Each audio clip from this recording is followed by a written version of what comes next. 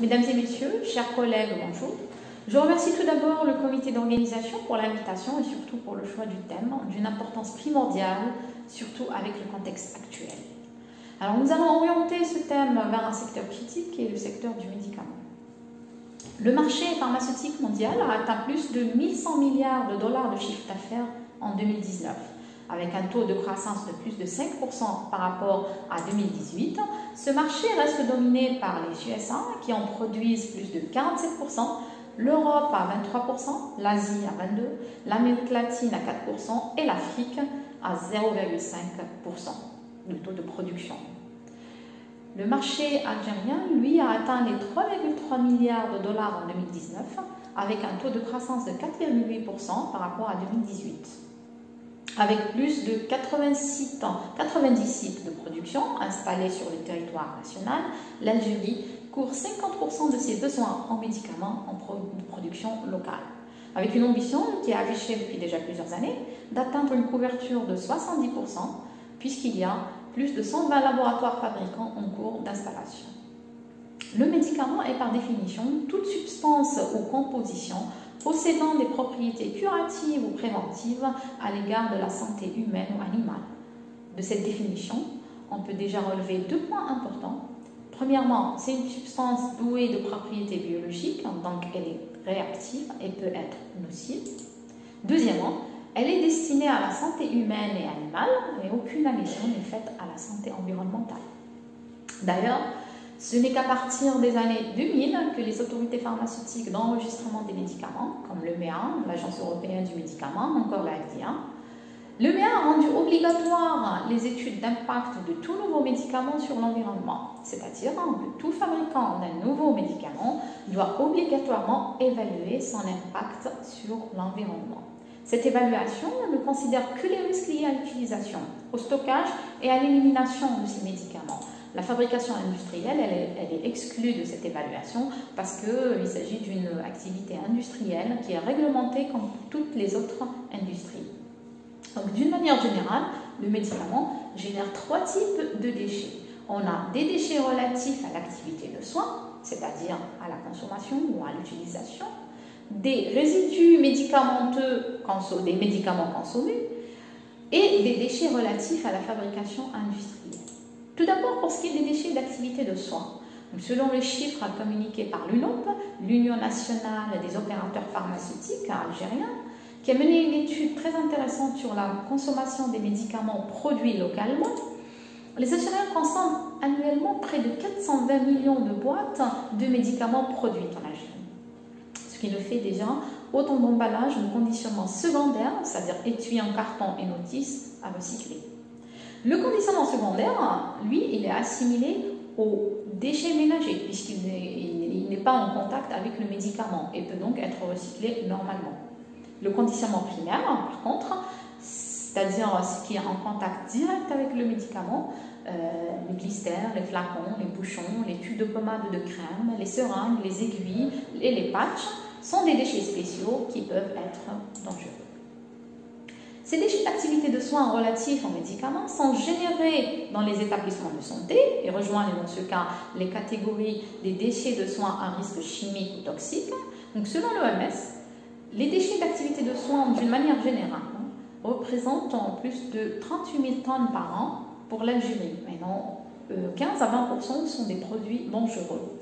Ils sont heureusement soumis aux dispositions du décret exécutif numéro 2003-478 qui définit les modalités de leur gestion. Ces déchets comprennent les déchets de médicaments cétotoxiques, tels que les anticancéreux, et les médicaments radioactifs, qui eux sont gérés par d'autres dispositions spécifiques. Les déchets des médicaments non cytotoxiques, c'est-à-dire les médicaments périmés, les médicaments entamés devant être jetés, tels que les collyres, certains sirops, et les contenants en contact direct avec le produit, c'est-à-dire conditionnement primaire. Les méthodes d'élimination de ces produits sont l'incinération à 800 ou à 1200 degrés, la neutralisation ou la solidification avec de la chaux, le ciment et de l'eau, lorsqu'ils sont destinés à l'enfouissement.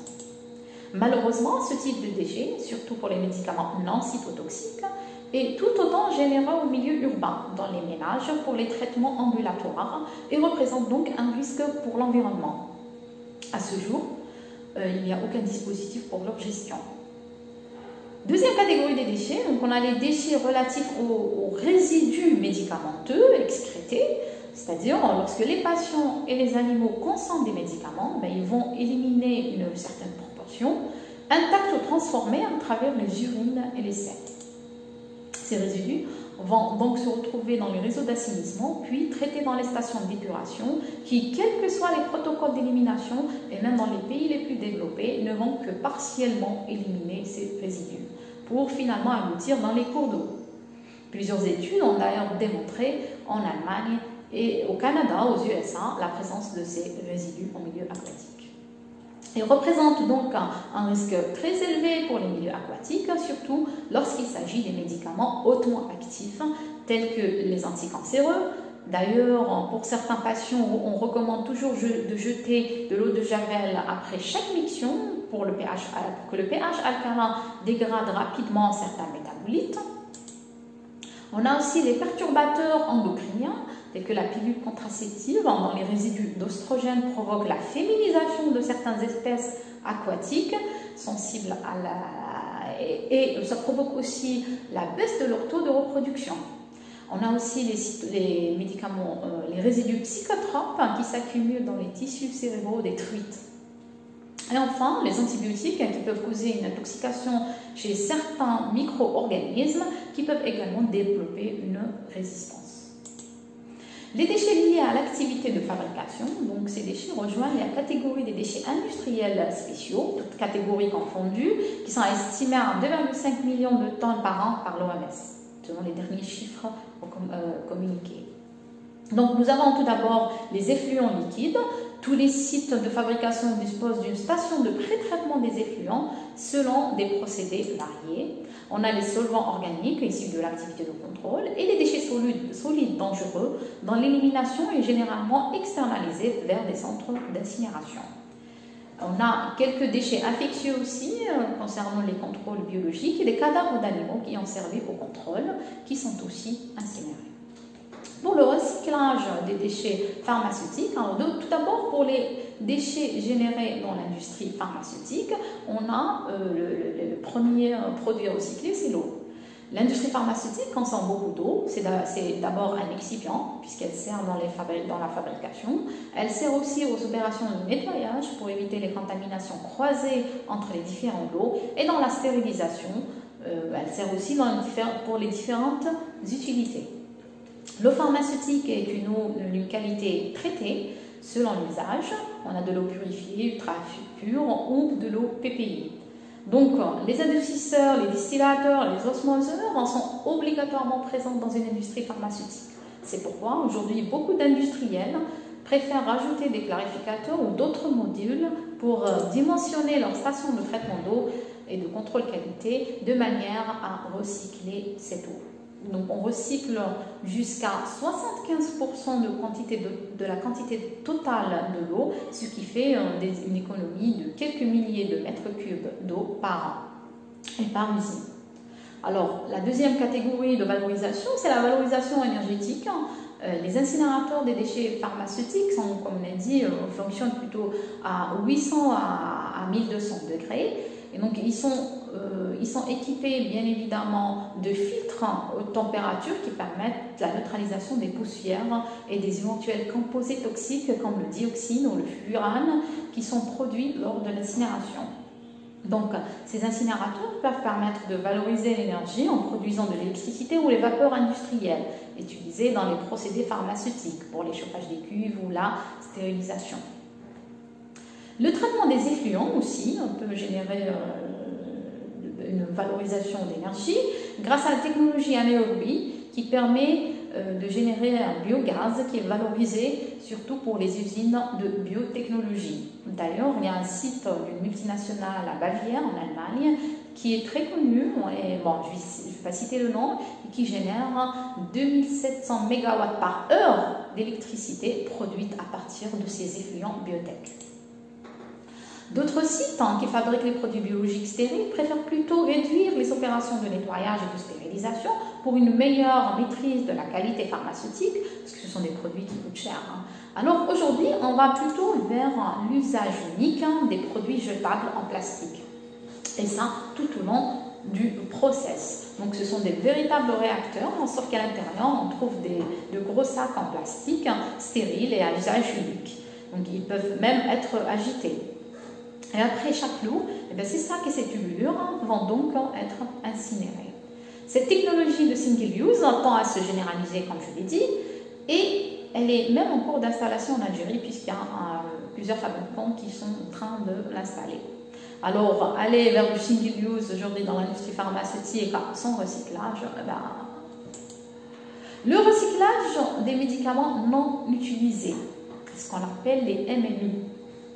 Donc la non-adéquation des emballages à la posologie, ce qui est quasiment impossible puisque la posologie reste très variable, et l'automédication font que les médicaments sont stockés à domicile. Et encore, stockés comment? La plupart des gens placent leur boîte à pharmacie dans la salle de bain. Donc cette pièce, lorsqu'elle remplit sa fonction première de bain, eh bien la température atteint les 50 degrés et l'humidité sature à 100%. Alors que les études de stabilité des médicaments qui ont permis de définir les 24 ou les 36 mois de validité sont réalisées pour l'Algérie à 30 degrés et à 65% d'humidité.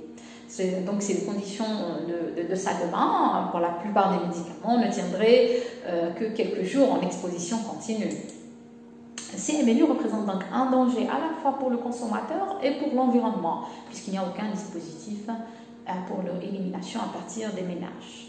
Certains pays, comme l'Allemagne ou le Canada, ont adopté des stratégies de prévention, c'est-à-dire on ne délivre aux patients que la quantité exacte. Le pharmacien va découper le nombre de comprimés qu'il va falloir consommer pour réduire ainsi les MNU. Mais bon, quand il s'agit d'un sirop ou d'un colure, ce n'est pas évident. D'autres pays ont mis en place des dispositifs de récupération, comme le fameux dispositif Cyclamed en France. Cette association a permis de récolter plus de 11 000 tonnes de MNU en 2018, ce qui représentait déjà, selon ces enquêtes, que 63% des MNU estimés à 19 000 tonnes par an. L'Algérie ne serait pas loin. Certes, il y a moins de consommation par habitant, mais l'automédication est plus importante. Donc, en absence d'un dispositif spécial d'élimination-recyclage pour cette catégorie de déchets, MNU, en Algérie, le pharmacien ne peut pas prendre en charge les médicaments non utilisés périmés, puisqu'il ne peut pas assurer leur incinération à sa charge. Donc, s'ils lui sont rapportés, il n'acceptera que les médicaments non utilisés périmés. Il pourra par la suite délivrer aux patients nécessiteux. Donc, une raison de plus pour aller faire le tri dans sa boîte à pharmacie. Bon, la déplacer déjà si elle est dans la salle de bain et de rapporter les MNU chez le pharmacien avant leur péremption. Et sur ce, je vous remercie.